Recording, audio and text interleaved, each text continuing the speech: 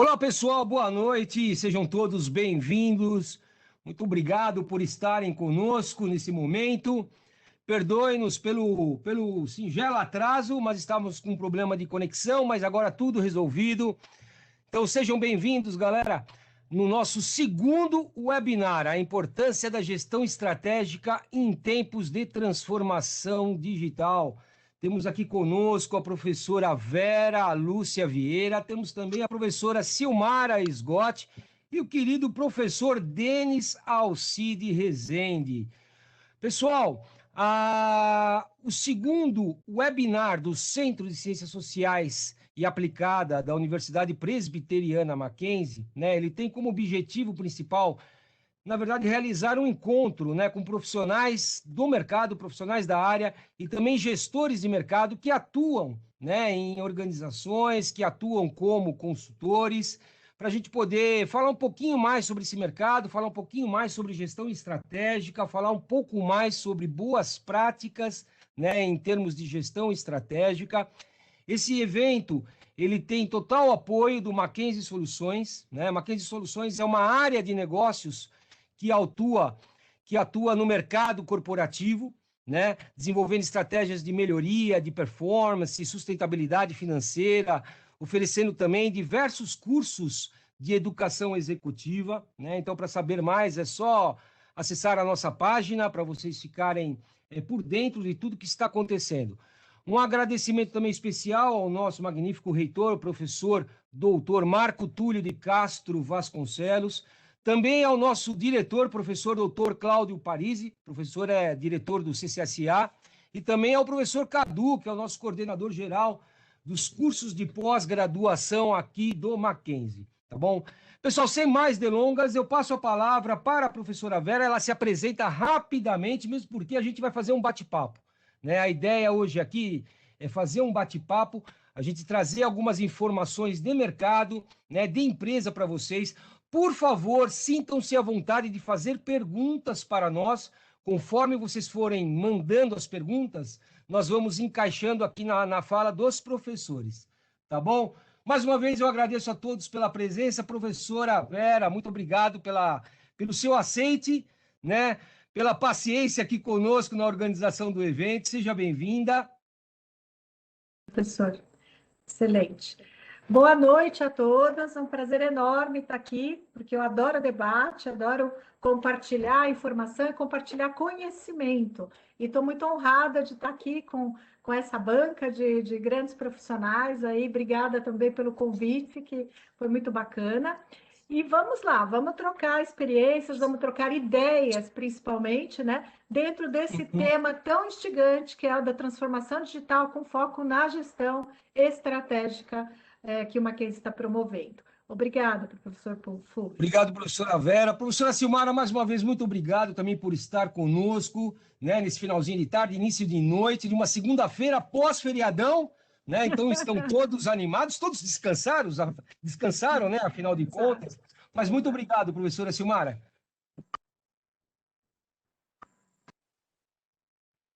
Estou conseguindo aqui. Boa noite a todos, a todas. É um prazer estar aqui com os colegas, né, para falar desse tema tão importante e relevante no cenário atual, né, que foi aí gerado pós assim, um mundo VUCA aí, junto com uma pandemia que só acelerou a transformação digital. Então, é um prazer estar com todos vocês para a gente debater aqui, falar um pouco de mercado, das boas práticas, no meio dessa crise aí pandêmica, enfim. Exato. Muito obrigado, Silmara. E, mais uma vez, né, professor Denis Alcides Rezende, satisfação em tê-lo conosco aqui nessa noite. Para mim é um momento bem ímpar, porque, como a gente já conversou por várias vezes, eu me espelhei muito ao longo da minha carreira, né, com os teus livros, professor Denis. Então, nosso muito obrigado por estar conosco. Eu sei que você tem um compromisso a partir das 19 horas, né? Então, vamos ser breve aqui. Muito obrigado pela presença mesmo, professor Denis. Muito obrigado a você, Fulvio. Obrigado às colegas Silmara e Vera. Muito obrigado ao Mackenzie pela oportunidade de dialogar um pouco sobre estratégias nesse mundo digital e em que essas estratégias são inquestionáveis, são relevantes. Então, mais uma vez, muito obrigado pela oportunidade de dialogarmos sobre esse tema tão necessário e importante mesmo.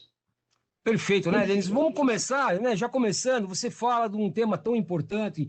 A gente sabe que quando a gente busca, né, os conceitos de transformação digital, a gente identifica como sendo algo, um fenômeno, né, que incorpora o uso da tecnologia digital às soluções de problemas tradicionais, problemas empresariais, né? Então, professora Vera, eu queria escutá-la um pouquinho a respeito desse tema, né? O quanto que a transformação digital efetivamente afetou, tanto positivo quanto negativamente, as empresas, principalmente as pequenas e médias, né, professora? Porque a gente sabe que as grandes corporações, elas estão muito bem assistidas, né? Muito bem encaminhadas. Mas, enfim, professora Vera, por favor. Ok. Todos me ouvem? Acredito que sim. Está todo mundo me ouvindo? Ok. Então, vamos lá, vamos começar aí esse debate, né? Primeiro eu quero dizer que a gente está assim, bastante feliz de estar participando desse debate, porque durante o ano de 2020, que foi o ano da pandemia, nós criamos um grupo aí para escrever um livro sobre transformação digital. Foram 10 capítulos, né? O livro chama-se Transformação Digital na Prática. Eu fui a coordenadora do livro e fui autora de 2 capítulos, né? E ao escrever este livro, nós nos deparamos com vivências de todos os tipos, né? Empresas familiares, médias empresas, grandes empresas, usuários também que passaram pela transformação digital e hoje estão se encontrando, pessoas que se refizeram na aposentadoria e conseguiram vender seus serviços de forma digital, né? Então, eu vejo a transformação digital como algo bastante democrático. Tem para todo mundo, tem para todos os perfis, né? Basta que cada um se aproprie daquilo que faça mais sentido para a sua realidade, né? Então, hoje nós fizemos um debate entre nós, participantes mais cedo, eu, professor Denis, professor Fulvio, também a Silmara anteriormente, e a gente chega à conclusão que, com certeza, as pequenas e médias empresas foram privilegiadas pela pandemia de alguma forma, porque elas foram jogadas aí no olho do furacão e tiveram que aprender a viver com essa movimentação toda, o que foi positivo, né? Conseguiu-se uma aceleração enorme, né? Mas essa aceleração, ela já vem vindo, né, gente? Então, a gente teve aí várias revoluções industriais, tivemos uma revolução digital, e hoje nós estamos vivendo a 4ª revolução digital, que é marcada pela inteligência artificial, pelas tecnologias disruptivas, né? Mas nem só de tecnologia disruptiva é o que a gente está tratando, né? Ela está acontecendo à nossa volta, né? A gente vê robô para todo lado, e é o Bradesco que cria a Bia, a Alexa e tal. A gente vê isso ao nosso lado e a gente respira isso. Mas será que é só isso? Né? Eu acho que nós temos espaço também para simplicidade, né?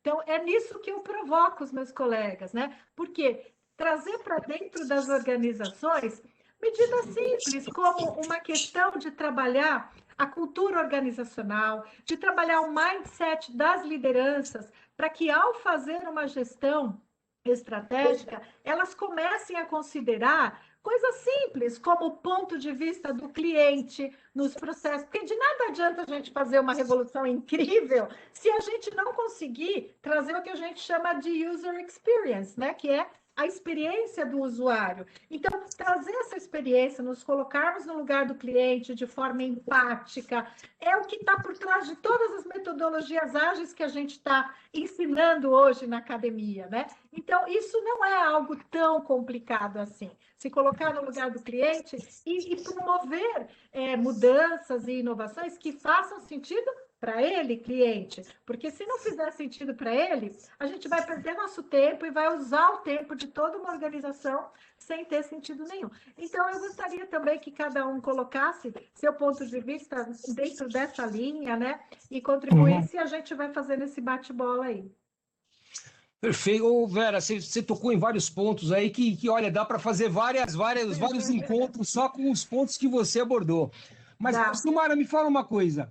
A gente sabe que, na prática, né, o dia a dia dos pequenos, dos micro e pequenos empresários, a gente sabe como o quão difícil é, porque esse gestor ele acaba sendo multitarefa, né? Então, ele cuida da produção, ele está cuidando de clientes, ele está correndo atrás de fornecedor, ele está resolvendo o problema administrativo e tem que pensar também de forma estratégica, né? Então, na tua opinião, Silmara, eu queria que você complementasse, obviamente, né, o que a Vera falou, mas também que você pudesse abordar um pouquinho sobre isso, né? Porque, na prática, o que um gestor, né, de uma micro, pequena, média empresa, vamos falar assim, pode fazer em termos práticos, né, associando a questão da importância da gestão estratégica, a gente sabe disso, com essa questão da transformação digital? É assim, o pequeno empreendedor, a pequena empreendedora, ele precisa ter em vista que para o negócio dele hoje em dia ser competitivo, ele precisa estar nas plataformas digitais. A pandemia acelerou esse processo, né? Pela questão mesmo do não presencial. Mas ele tem que ter em vista onde o negócio dele pode estar, né, nas plataformas digitais, seja na comercialização do seu produto ou serviço, ou seja para o produto e o serviço dele ser competitivo. Eu acho que essas duas visões ele precisa buscar estas informações. Aonde meu negócio pode ser mais competitivo e como eu trago essa tecnologia de forma, como a professora Vera falou, de forma simples, de forma que os meus colaboradores também incorporem, né, a cultura da tecnologia no seu dia a dia e a gente possa proporcionar para o cliente uma experiência melhor. Isso vai desde o pequeno negócio, numa entrega, num delivery, por exemplo, de alimentos, até mesmo numa prestação de serviço, onde esse contato com o cliente pode ser agilizado pelas plataformas digitais. Porém, ele precisa ter conhecimento e se apropriar das tecnologias disponíveis. Professores, nós sabemos, hoje tem plataformas, assim, né, de $15. Se a gente passar isso para reais, aí a gente está falando de 60, 70 reais. Existem plataformas já disponíveis para o pequeno e para o médio. Então, ele ter esta informação, buscar essa informação. A gente tem grandes aí centros, né? O próprio Mackenzie, a gente tem oportunidades de trazer essa informação para o pequeno e para o médio empreendedor. Pô, legal, Silmara. E Denis, nosso guru eterno, né? O que a gente pode falar um pouco sobre gestão estratégica dentro de toda essa temática? A Silmara tocou em ponto importante, né? Eu sou um microempresário, né? Eu não sei o quão difícil é, às vezes, a gente se deparar com N informações, não, porque o público do Facebook o público do Instagram é outro, o público do YouTube é outro. Não, mas eu tenho que fazer um processo de comunicação diferente com A, com B e com C. Fora isso, eu tenho que verificar a questão do comércio eletrônico, a questão dos meus dados, né? De que forma que eu consigo me apropriar desses dados para me ajudar na tomada de decisão. Denis, esse pequeno gestor ele tem que ser quase um super-herói. Bom, esse é o nosso desafio atual, né? Mas tem uma coisa que corrobora com tudo isso. Infelizmente, nós não temos cultura de projeto. Então, modernamente, na prática, né? Lá se vão 27 anos de consultoria e 36 anos de sala de aula falando sobre essas questões, né? Que a estratégia e a relação que tem a estratégia com tecnologias, né? Dentre elas a tecnologia da informação. Mas o que nós aprendemos de verdade é que se a organização e as pessoas da organização não tiverem projetos, não vai adiantar. Porque um dos sinônimos que eu percebi na prática de estratégia é projeto, de fato. Porque né, nós falarmos convencionalmente de planejamento estratégico e de gestão estratégica, essa é a parte mais fácil de fazer. Fazer o planejamento estratégico, mas a execução do planejamento estratégico. E qual foi o nosso aprendizado, né? Que se nós não transformarmos a estratégia, inclusive ela digital, porque hoje a questão digital é inegável, irreversível, independe da empresa, né? Porque antigamente nós até ousávamos falar que uma empresa sem tecnologia da informação, sem nada digital, ela até sobreviveria. Hoje já não mais é hipocrisia falar isso. E aí, é claro, por que projeto? Que a gente não tem muito isso no nosso dicionário, né? Porque nós não temos cultura de projetos. O primeiro exercício que eu faço, seja em sala de aula, seja nas organizações, né, é que em 3 minutos os indivíduos possam estabelecer as suas estratégias, ou os seus sonhos, ou os seus projetos. E aí quem estiver nos ouvindo já pode rabiscar isso, né, como um desafio, porque se você não der conta em 3 minutos do que eu vou falar agora, fatalmente você não tem o hábito de fazer projetos e talvez, um pouco audaciosamente falando, tem o hábito de fazer pactos de mediocridade. E pactos de mediocridade não são projetos, não são estratégias. Então, para quem estiver me ouvindo e quiser provocativamente anotar aí, a pergunta é: quais são os seus projetos, ou seus sonhos, ou as suas estratégias pessoais, profissionais e familiares?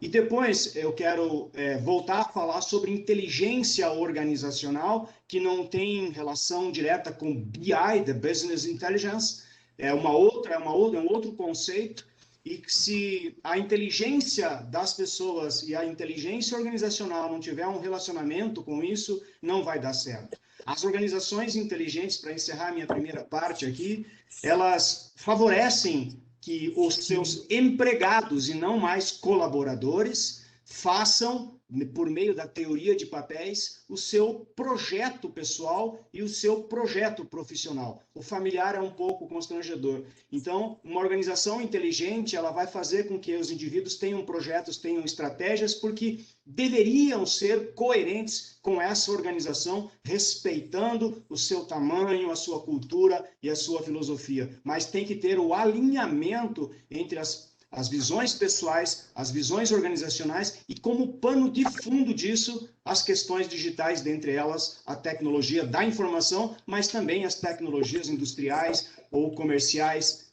como se tem aí todas essas alternativas. Verdade. Olha, Denis, você muito bem citou, né, essa questão do projeto, né, que eu considero aí como atendimento aos objetivos, né, objetivos de curto, médio e longo prazo, associados, né, à missão, valor e visão da empresa, né? Eu acho que isso é extremamente importante dentro de qualquer organização, sendo ela de qualquer porte, né? E a gente sabe também que tudo isso envolve o que a gente chama de pensamento estratégico, né, Denis? Então, quando a gente começa a se deparar com os nossos objetivos, né, com o mercado que a gente atua, sabendo, né, você falou, fazer análise é fácil, os modelos estão aí, né? E só um parênteses, você me fez lembrar de um treinamento que você fez, onde cada um de nós pode fazer uma SWOT pessoal, né? Que até mesmo que está muito alinhado a esses projetos, né? Projeto de vida de cada um, projeto de uma organização. Depois, se puder falar também um pouquinho disso, é muito bacana. Mas, pessoal, vocês que estão nos escutando, por favor, se vocês tiverem alguma dúvida, né, se vocês quiserem fazer algum questionamento para nós, é só encaminhar a pergunta aqui via bate-papo ou perguntas e respostas aqui, tá bom? Professora Vera, professora Silmara, por favor, é um bate-papo, gente, Vamos né? lá, vamos voltar Fiquem à para cá. vontade. Deixa eu dar continuidade, então, aqui. E conforme o professor Denis estava me falando, falando para mim, para todo mundo, eu comecei a refletir o quão complexos são os ambientes e as culturas organizacionais que nós temos que nos deparar. São tantos projetos, são tantas prioridades. E uma das coisas que acontece muito comumente em projetos de transformação digital são atritos organizacionais, né? E essa questão de conflitos e atritos é algo que está ali no calcanhar dos gestores estratégicos, porque eles estão lá cheios de boas intenções, né, visando a estratégia, atingir objetivos e metas através de produtos novos, inovações e tal. E aí começam os atritos, né? Começam os problemas, as áreas começam a brigar entre si, e daí não tem exatamente o mesmo foco, né? E eu vejo isso como um grande desafio, né, da gestão, no sentido de propiciar para que esse ambiente se torne harmônico, para que todo mundo fale a mesma linguagem, para trabalhar o mindset organizacional, né? Então, eu encaro isso como um fator crítico de sucesso. E gostaria também que vocês comentassem, né, os colegas, na visão de vocês, como é que vocês veem essa questão dos conflitos, né? Eu penso assim, o professor Denis, ele disse dos projetos de uma pessoa de uma forma integral, sendo ele empregado, uma pessoa, no ambiente familiar, e também na sua parte profissional, no seu preparo. E o que eu sinto nas implantações, principalmente quando uma empresa entra numa transformação digital, e ela vai proporcionar um produto e um serviço, que nós vemos, professora Vera, que durante este projeto, que ainda ele está sendo executado, existe a preocupação com as pessoas, mas eu gostaria até que o professor Denis falasse um pouco também sobre isso, da visão integral da pessoa. Eu acho, professora, que falta ainda para as organizações, tanto pequena, média e grande, verem aqueles que estão com a mão na massa no projeto, que estão participando, que precisam se automotivar, e o projeto de vida automotiva as pessoas, né, com a visão da organização, mas falta esse olhar do ser humano integral. O professor Denis, eu já li conteúdos dele, que ele fala brilhantemente sobre isso, né? O olhar, a parte intelectual, espiritual, a parte social. A gente precisa enxergar esse grupo, esse projeto que está desdobrando os objetivos da organização. E como eu dou aula de gestão de projetos com vocês, eu sempre digo isso para os alunos. Não existe milagre, existe trabalho colaborativo e existe esse olhar para o outro, você saber que o outro complementa o teu conhecimento. E na cultura, principalmente na nossa cultura brasileira, isso incomoda um tanto, né? A competitividade, ela está, às vezes, a visibilidade e competitividade, às vezes, das organizações sobrepõe o trabalho colaborativo. E não enxergar o ser humano integral. Gostaria até que o professor Denis complementasse, porque ele é mestre nesse assunto e eu já li muitas publicações dele que me ajudaram muito neste entendimento. Muito bacana, viu? Eu acho excelente mesmo, porque eu acho que ainda mais durante a pandemia a gente tem que analisar esses aspectos integrais, né? Holístico do ser humano. Perfeito. Professor Denis. O Denis está sem áudio. Primeiro ponto, como eu acho que nós temos como desafio, é que nós não temos cultura de fazer projeto. Sem fazer apologia a outros países, né? Eu tive o privilégio de trabalhar em outros países, é que outros países têm essa cultura de projeto, então nós não temos cultura de projeto. Supondo que a gente tenha vencido e entendido que é preciso fazer projetos pessoais, profissionais, familiares, projetos de saúde, projetos de aposentadoria. Por exemplo, todo indivíduo que é empregado, ele deveria ter um projeto de demissão. Todo indivíduo que é empresário, ele deveria ter um projeto de fechamento. E para quem não tiver dificuldade com isso, até mesmo um projeto de morte. Então, nós não temos essa cultura de projetos. Bom, se nós vencermos essa ideia de que temos um projeto super simples, é feito em 4 folhinhas de papel. Né? A primeira folha você coloca os seus problemas, desafios, e aí, como você mensurou, teria a tal da SWOT por opção. A segunda folha, quais são os objetivos, os alvos, os desejos. A terceira folha, as estratégias propriamente dito, que até aí é relativamente fácil. E aí a quarta folha são os planos de ações. Só que eu disse folha 1, folha 2, folha 3, folha 4. Então, problemas, objetivos, estratégia e as ações. Para depois fazer a gestão. Só que a gente pulou a folha 0 ou a fase 0. Então, não fazendo uma apologia ao PMI, que define que todos os projetos têm 5 fases, o que a gente aprendeu nesses 36 anos de sala de aula e 27 anos em empresas de diversos tipos, né? Que é preciso ter um conceito de fase 0 de projetos. E nessa fase 0 de projetos, poderia ser um análogo ao planejamento, iniciar e planejar do PMI, mas aqui eu queria enfatizar que a fase 0 pode demorar 20 minutos, 2 horas, 2 meses, e eu tenho empresas que a gente já demorou 1 ano na fase 0.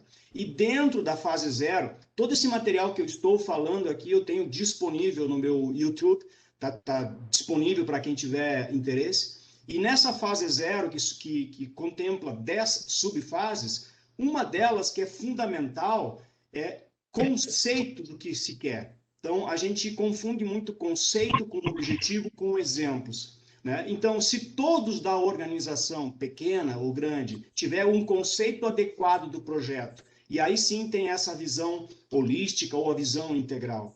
Já está comprovado por diversas estatísticas e pesquisas que só existem 3 fatores motivacionais para se fazer projetos numa organização. São perspectivas de crescimento pessoal e profissional, clima organizacional e, sem hipocrisia, contrapartidas financeiras. Então, quando uma organização inteligente, ela favorece a elaboração de projetos, como foi dito aqui pela Vera e pela Silmara, né, que tem essa visão integral, holística, ou seja, coloca o ser humano para fazer esses projetos, indubitavelmente as estratégias e as questões e os instrumentos digitais serão muito mais efetivos. Ô, Denis, a gente pode considerar, então, que esse marco zero que você fala é o primeiro passo numa transformação digital para um gestor, quer seja micro ou pequeno ou médio empresário? Primeiro entendimento, assim, que a gente tem uma resistência, né? Eu brinco que a gente tem que ter projeto para casar, projeto para separar, projeto para morrer, projeto para comprar um apartamento, projeto... A gente não tem esse conceito de projetos, essa é a minha provocação. Nas organizações, quando eu pergunto isso para as pessoas, incluindo gestores, né, que não têm projetos, não há um relacionamento ou uma relação dos projetos pessoais. E daí sim, a partir do momento em que eu entendo que é necessário projetos, o primeiro momento ou a primeira fase chama-se fase zero, que é preparar, estruturar, organizar, né? E aí sim, a ideia da fase zero, depois de feita a fase zero, como eu disse, que pode demorar 20 minutos, 2 horas, 2 meses ou até 2 anos, é que se começa efetivamente a fazer o projeto. E pasme, gente, ainda vai ser a parte mais fácil, porque o desafio depois vai ser gerir o projeto, né? Tal como às vezes no final do ano, eventualmente, nós podemos ter feito um pacto de mediocridade, né? Cada foguete que nós estourávamos na praia, que esse ano não foi bem assim, mas simulando essa ideia, né? O ano que vem eu vou fazer isso, o ano que vem eu vou fazer isso. O que nós fizemos? Né? E nós já estamos na metade do ano, independente da questão da pandemia. Então, quais são os projetos que a organização tem? E aí sim, esses projetos incluem, indubitavelmente, por força do mercado, as questões digitais e de tecnologia da informação e demais tecnologias que são as estratégias que nós estamos focando hoje. Você sabe, Denis, que você toca num ponto que é uma questão de mudança, mudança de comportamento, né, Vera? Né, Silmar? É mudança de comportamento da pessoa. A gente sabe, o brasileiro, por exemplo, compra qualquer tipo de equipamento. Ele lê o manual? Não, ele não lê o manual. Né? Ele já vai lá, coloca o equipamento na tomada, já sai fuçando, né?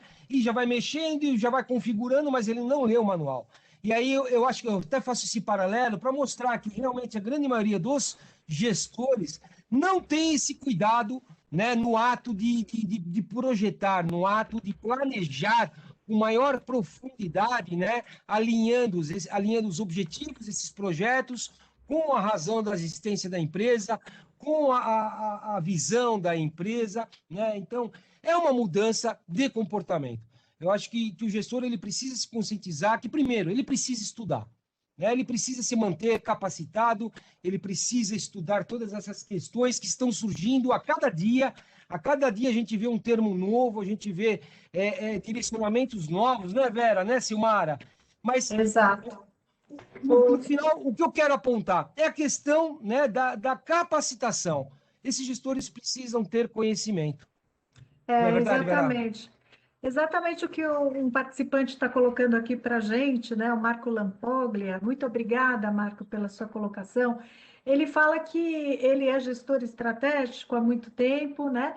E que os conflitos realmente aparecem e que torna-se complicado para as lideranças, mas que quando você começa a estudar métodos científicos de gestão, isso ajuda bastante a lidar com essas questões, né? E eu concordo, né? Existem estratégias para você trabalhar essa gestão, existem diversos conceitos que a academia pode nos ajudar, sim, e muito, né? Agora, claro, depende muito da organização se abrir a isso, né? Felizmente, no Mackenzie, nós temos uma lista enorme de organizações que apoiam seus funcionários nos processos de estudar, dão desconto, né? Outro dia, por curiosidade, eu estava consultando a lista é enorme. Então, eu acho que, assim, só não vai aprender quem não quer, né? E o aprender hoje não está somente na academia, o aprender também está no autodidatismo de cada um,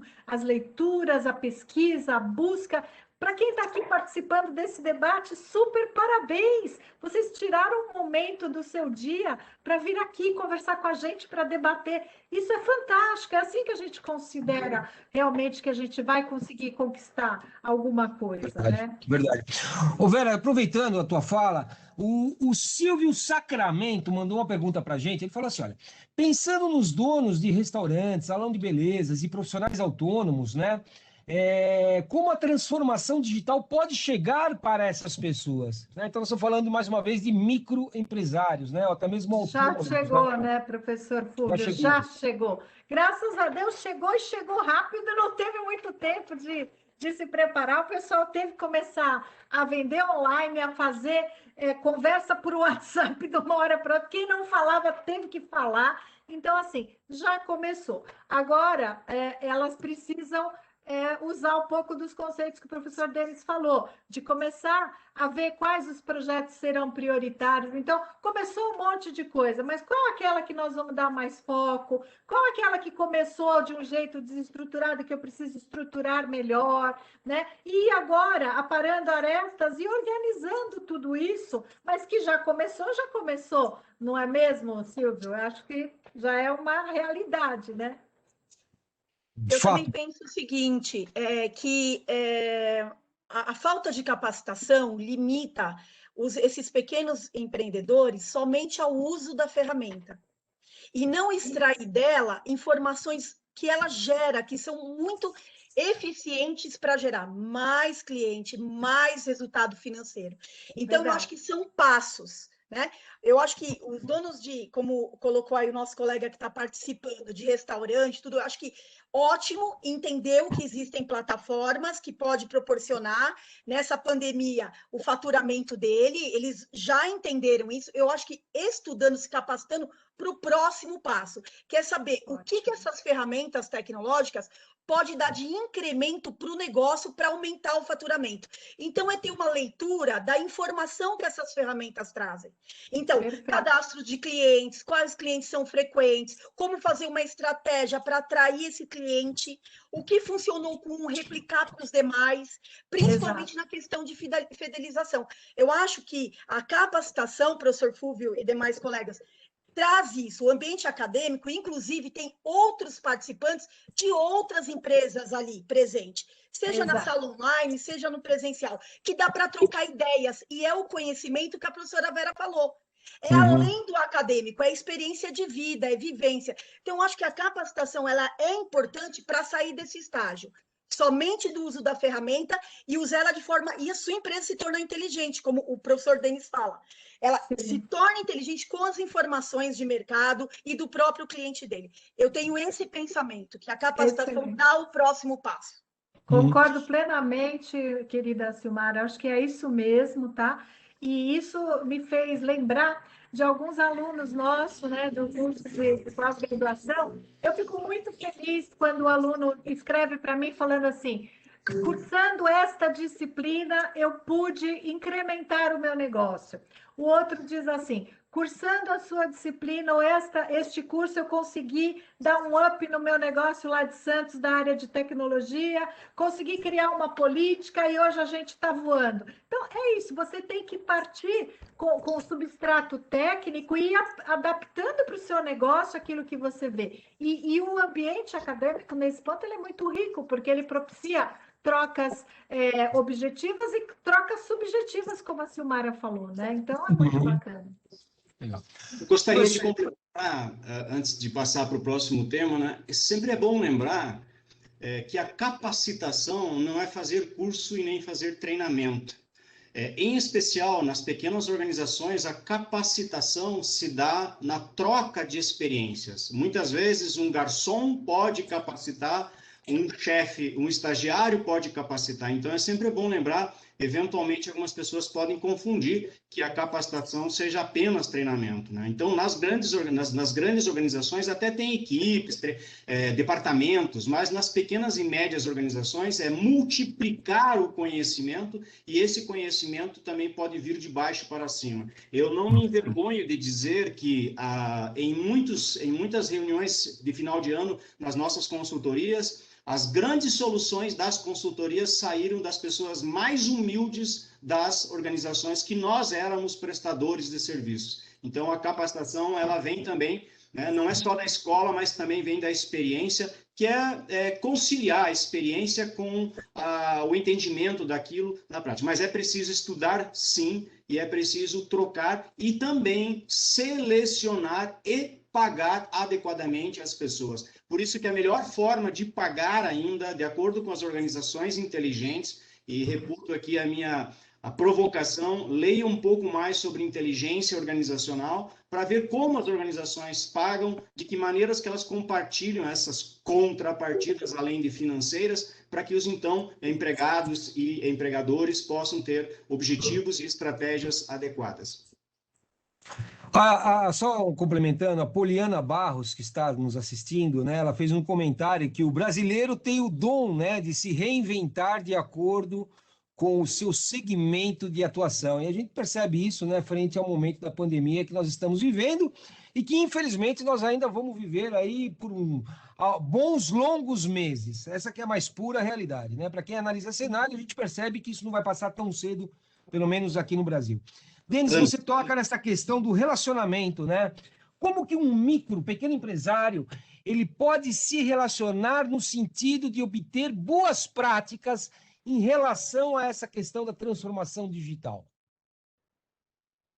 Bom, então vamos olhar um pouco mais esse raciocínio. Primeiro, projeto é necessário. Segundo, estratégia é necessário. Terceiro, a transformação digital, ou seja, as questões digitais, elas são necessárias, mas elas são imprescindíveis, tem que ter. Depois disso, então, a ideia é fazer projetos. E aí, então, existem dentro da literatura e das práticas, né? Eu tive a oportunidade de estudar um pouco mais quando eu fiz o meu segundo pós-doutorado nos Estados Unidos sobre inteligência organizacional. E aí a gente vem praticando isso há muitos anos, e em especial nas pequenas organizações, que é mais fácil de praticar. E aí a inteligência organizacional, dentre os seus princípios, um deles é a transparência. Né? A transparência, a sinceridade, o coração que está sendo colocado em prática. Por exemplo, nesses tempos de pandemia, eu não posso pagar, mas a gente pode negociar. Eu não posso isso, mas a gente pode avaliar. Vamos trabalhar juntos, porque afinal de contas, embora você seja empregado, se a empresa tiver sucesso, a gente pode compartilhar. Então, o princípio, se você quiser efetivamente a colaboração, né, do seu empregado, e aí eu quero reiterar uma outra leitura que chama teoria de papéis, não confundir colaborador com empregado, empregador com colaborador, são conceitos ultrapassados isso. A gente trabalha de uma forma com respeito, com amor, com transparência, mas empregado é empregado, empregador é empregador, como pai é pai, filho é filho. São papéis extremamente definidos e quando a gente mistura os papéis, confunde os papéis, a gente está usando critérios não adequados de justiça. Então, o primeiro critério é transparência. Nas organizações inteligentes que conseguem evoluir com isso, por exemplo, o que é transparente? O fluxo de caixa.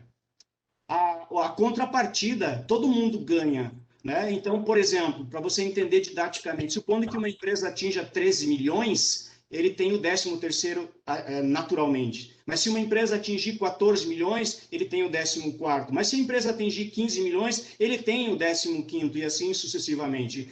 E se a gente não tiver 13 milhões? A gente vai dialogar, a gente vai conversar. A despeito das questões sindicais, trabalhistas, se você não tiver transparência e tal. E aí sempre vem aquela pergunta, como confiar no empregado? Ora, é como confiar se você não confiar, se você não for transparente, porque as pessoas na frente podem ter um comportamento, você virar as costas, vai ter outro comportamento. E eu tenho exemplos, né, de várias organizações que tem gente levantando cedo, se arriscando e trabalhando porque ele precisa do trabalho e ele tem que ter contrapartida. E tapinha nas costas e elogio não enchem a geladeira. O que enche a geladeira são contrapartidas financeiras com reciprocidade, transparência e projetos. Ô, Denis, só antes de passar a palavra para a Vera e para a Silmara, essa questão que você fala da transparência, eu entendo isso como um valor compartilhado também, né? E, de fato, que a gente estuda muito sobre também questões de responsabilidade social corporativa, e dentro desse tema maior aí de responsabilidade social, tem essa questão do valor compartilhado e tem essa questão de trabalhar coletivamente. Então, ou seja, um pequeno empresário ele pode trabalhar com outros pequenos empresários no sentido de juntos, né, criarem coisas novas, coisas positivas para a sociedade, né? Nunca se esqueçam, pessoal que está assistindo a gente, toda essa questão, né, de transformação digital em empresa é bacana, né? A sustentabilidade financeira é imprescindível, mas não nos esqueçamos de questões sociais e questões ambientais. Estou falando do triple bottom line, né? Estou questando dessa pegada também, né? Então, não é dinheiro a todo custo. A gente tem que ter uma conscientização maior de que a gente tem que entregar também algo para a sociedade enquanto empresa, enquanto ser humano, né, Denis? Indubitavelmente. É esse caminho mesmo. E como que a gente faz isso? Nós somos muito imediatos, né? Então, por isso que eu gosto de reiterar para as pessoas, determinados projetos pessoais, familiares e profissionais, você tem que esticar o tempo também, no sentido de ter um horizonte um pouco mais, como você disse, um pensamento estratégico. A saúde é o grande exemplo. Ora, se eu não cuidar agora, né? Daqui a um tempo tenho mais dificuldade. Agora, claro, surpresas vão ter. Meio ambiente vai ter, externo que pode influenciar, mas sem projetos a gente não avança. E com hipocrisia dentro das organizações, a gente não avança, porque o indivíduo que ele está insatisfeito na organização, a primeira oportunidade ele vai trair a organização.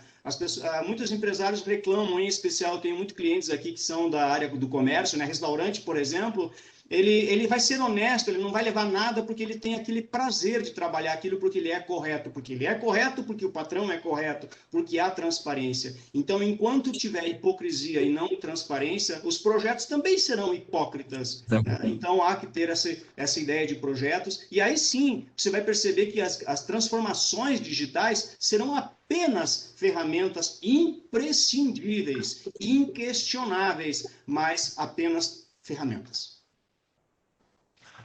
Antes de passar a palavra para a Vera e para Si, chegou a pergunta do Carlos Henrique Caldani. Carlos, obrigado por estar conosco aqui nesta noite.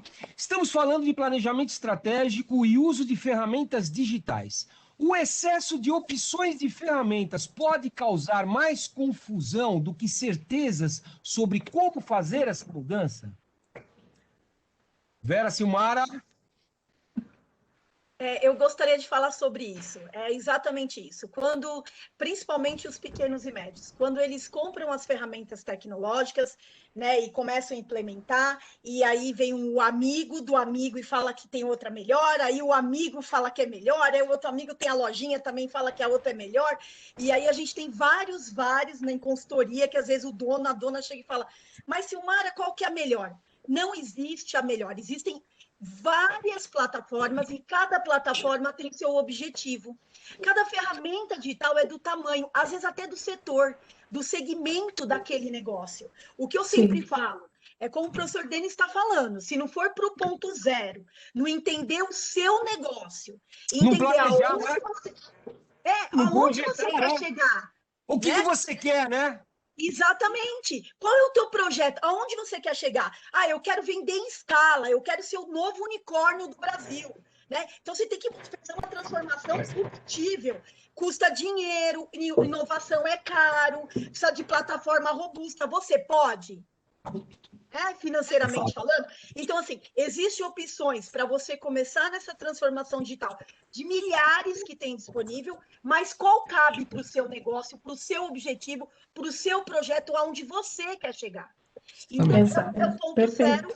Analisa teu setor, analisa teu negócio, vê as ferramentas que se adequam ao teu negócio e ao teu projeto de vida como empresário, visando sustentabilidade ambiental, social. É possível, mas se fizer um projeto e começar no marco zero, entender o seu negócio. E outra coisa, né, Silmara, que o Denis acabou de falar, conversa com outros empresários, né, do mesmo segmento que você atua. Sim, né? troca ideia. Para de olhar um pouco para o próprio umbigo, né? Tenha a humildade de ir lá no teu concorrente que seja, estabelece uma comunicação com ele, conversa com ele, troca ideia. Gente, somos seres humanos, né? Sim. Vera, desculpa. Imagina, deixa eu complementar aí, ouvindo a Silmara, o Denis, e assim, eu acho que a gente tem que também trazer a questão para, além de ouvir os funcionários, né, as pessoas que estão com a gente, nós temos que ouvir sobretudo o nosso cliente, né? E para isso não é difícil, né? Um pequeno empresário, ele pode fazer uma pesquisa, até no dia a dia ali, eu vejo vários restaurantes que a pessoa acaba de comer, já diz uma resposta para atendimento, outra resposta para outra coisa, e mesmo assim, os consumidores gostam de contribuir. Existe uma tendência que chama prosumer, que é o prazer que o cliente tem de contribuir para a criação dos produtos, dos serviços, das estratégias, né? Então, se eu quero fazer algo acontecer, é bacana. Agora, se eu ouvir o meu cliente, eu vou fazer algo melhor ainda. Eu vou fazer algo que vai fazer sentido para qualquer mudança, para qualquer melhoria, porque senão eu corro o risco de ficar inventando um monte de coisa que para o cliente aqui não tem o menor sentido, não faz. Então, pensar em transformação digital é, sobretudo, em melhorar a experiência do cliente, é transformar a sua organização numa organização, seja ela pequena, média ou grande, totalmente orientada para o cliente. Quando você fizer isso, o coração da sua organização vai começar a pulsar e vai energizar e mandar sangue e oxigenar a organização inteira. É fácil? Não, não é. Mas eu tenho que começar pelo mindset das pessoas. O Silvio Sacramento colocou aqui no chat. Como fazer acontecer com a área composta por pessoas que não colocam a mão na massa, só dão ideias, né? Então, isso é questão de mindset, né? Então, é fácil você só criticar, né? É fácil você só ter ideias, mas não testar, né? Hoje, a maioria das startups, elas começam testando, errando, corrigindo rápido, porque se você não faz, você não vai poder saber o que está acontecendo, né? Então, é um conjunto, é você trabalhar o mindset da empresa para voltar-se para o cliente, mostrar que o cliente é aquele que vai nos direcionar, mas, ao mesmo tempo, fazer com que as pessoas também se apropriem das iniciativas, porque senão também só a gente não consegue fazer. Uma andorinha só não faz verão, né, gente? Não. Vera, Voltamos as pessoas de novo. Gente, só vou pedir uma licença. Nós estamos chegando já a quase 19 horas. Veja como passa rápido. Eu falei para vocês, 1 hora passa muito rápido. Muito né, rápido, muito. E o professor Denis, pessoal, ele tem aula agora às 19 horas, né? Então eu quero deixar as últimas aí, a palavra do professor Denis nesse momento, né? Nessa live Vamos ver se a gente consegue marcar outras, né? Para a gente continuar esse bate-papo. Mas o Denis já deixou aqui o YouTube dele. Então, pessoal, sigam o YouTube do professor Denis, Denis Alcides Rezende. O professor Denis, ninguém se apresentou aqui, né, gente? Então eu vou dar algumas dicas, né? O Denis tem mais de 27 livros publicados, gente. Eu considero o professor Denis como uma das principais pessoas que falam de estratégia, não só no Brasil, como no mundo. O camarada aqui, gente, tem mais de 300 artigos científicos publicados pelo mundo, né? Então, por favor, sigam o professor Denis, né? Escrevam para ele, eu tenho certeza que ele vai responder a todos. e ele tem uma consultoria dele. Depois passa o endereço, viu, Denis? Passa as tuas redes sociais também. Denis, deixo com você a palavra, te agradecendo mais uma vez, né, por você dispor do teu rico tempo, né, para estar conosco nesse momento que é tão importante para nós aqui do Mackenzie. Bacana, show. Bom, então eu vou colocar aqui, depois você pode passar para todos aí as redes sociais, e eu vou colocar aqui no bate-papo, você pode passar, se eu tenho a impressão que eventualmente foi para todos, né? Bom, Legal.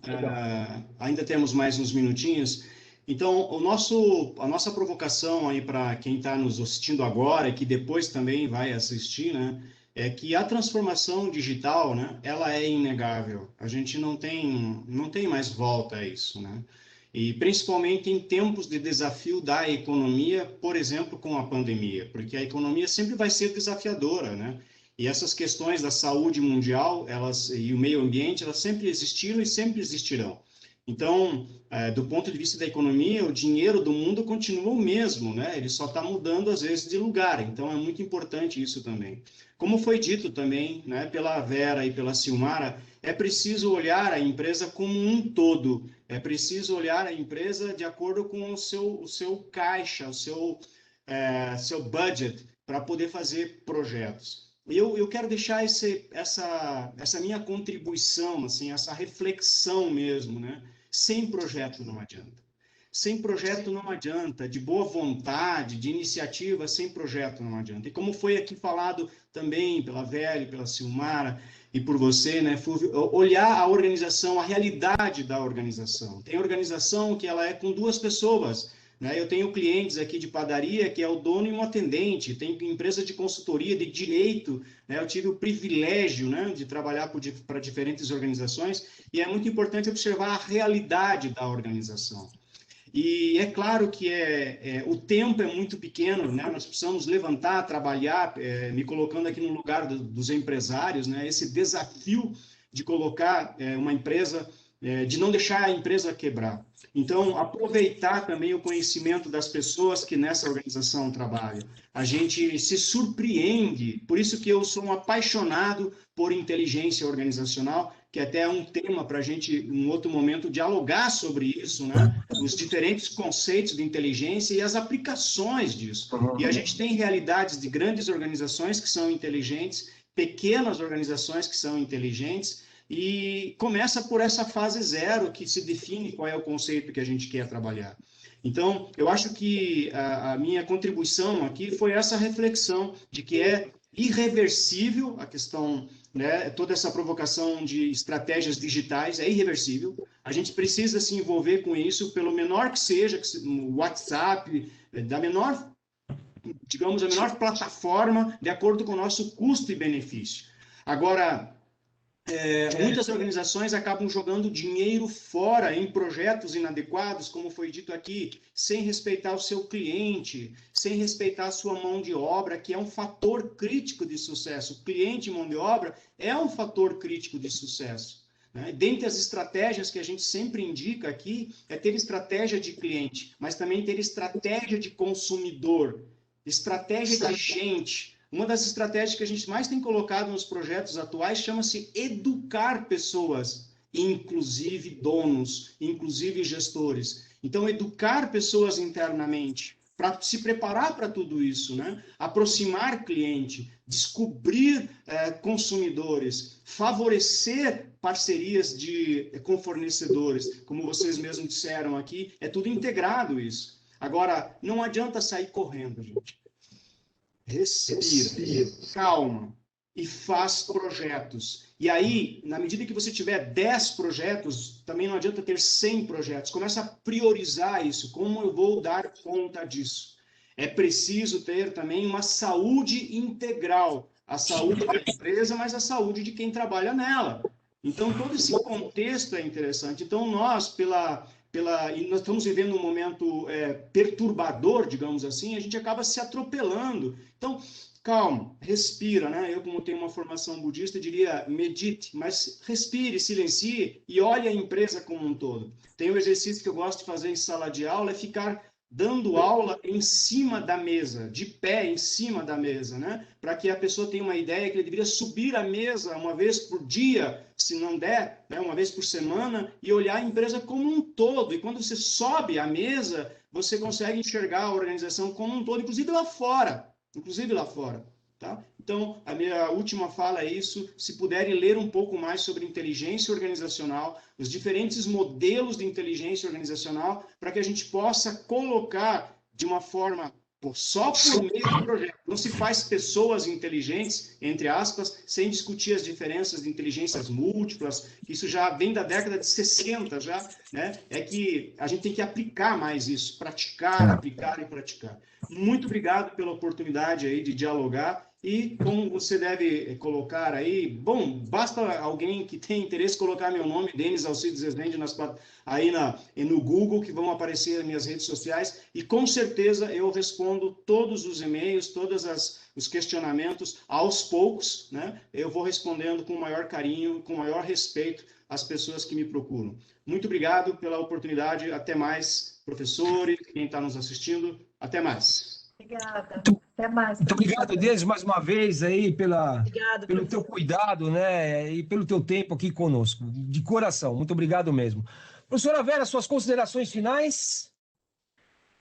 Olha, muito bacana o nosso bate-papo, né? Super bacana a participação das pessoas e foram trazendo os temas, e isso eu acho fantástico, né? Eu sou uma entusiasta da troca, eu acho que isso é super bacana. Então, assim, eu quero retomar uma fala da professora Silmara, que ela coloca que às vezes a gente tem muitas ferramentas e às vezes a gente não consegue usufruir de tudo que elas nos oferecem, porque às vezes falta conhecimento.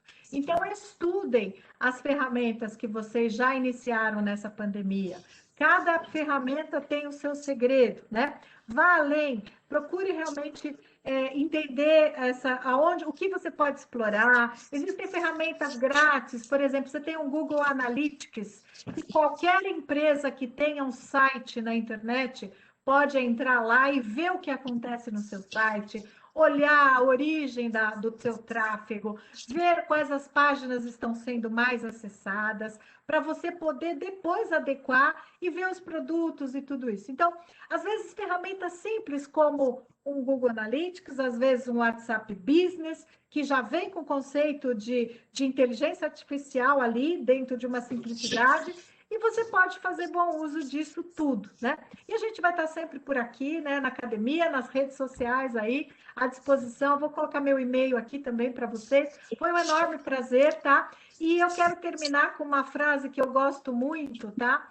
Que diz assim: o analfabeto do século XXI não será aquele que não conseguir ler nem escrever, mas aquele que não puder aprender, desaprender e, no fim, aprender de novo. É do Alvin Toffler. Então, é isso. Nós somos eternos aprendizes que estamos aí diariamente buscando entender esses novos momentos e partir para as próximas etapas. Mas nós não podemos abrir a chave do futuro usando chaves do passado, porque elas não funcionam mais.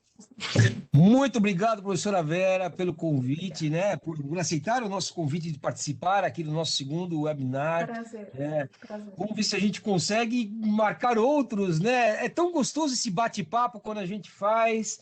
O Silvio está mandando aqui um obrigado para nós. Obrigado você, Silvio, por estar aqui conosco, né? Por também ter disponibilizado um pouco do teu tempo para nos escutar. Isso é muito bacana. Professora Silmara. Vamos lá, professor Fúvio. Eu vou pegar 2 pontos que os meus colegas colocaram, você também, aqui no nosso bate-papo. Então, primeiro é a questão da educação. E aqui, como doutoranda do Mackenzie Educação, com muito orgulho, que eu aprendo sempre com o meu orientador, professor João Clemente, ele diz assim, né? Anísio Teixeira é um homem que ele via a educação de uma maneira visionária. Ele dizia assim, que a educação é viver, e viver no sentido mais amplo da palavra. Então, o professor Silvio colocou, a professora Vera também colocou na discussão. Nós aprendemos com o outro.